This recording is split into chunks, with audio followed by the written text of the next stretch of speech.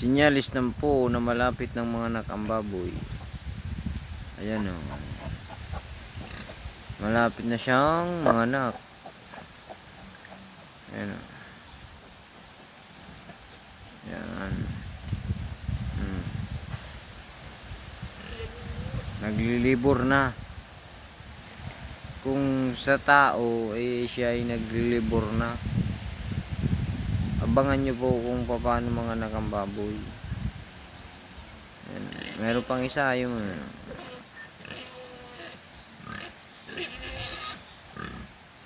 ayun.